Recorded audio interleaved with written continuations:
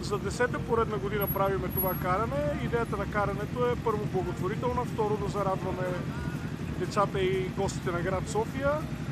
Идеята на събитието е да обиколим столични булеварди, да спрем на финалната точка и да раздадем лакомства на малчуганите, които да се снимат с моторите.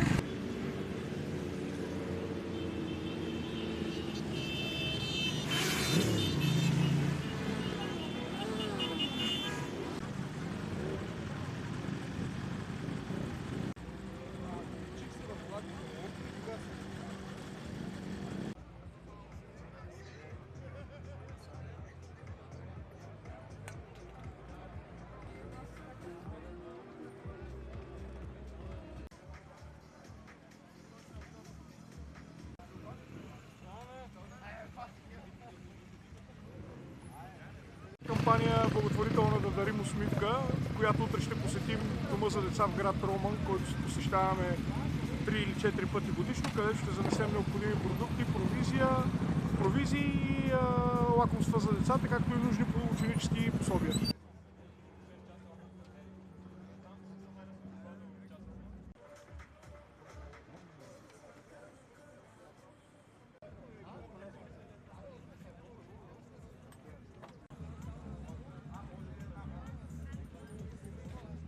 Очакваме над 200-300 човека, може би, на самото каране, защото и времето днес предразполага към хубаво събитие.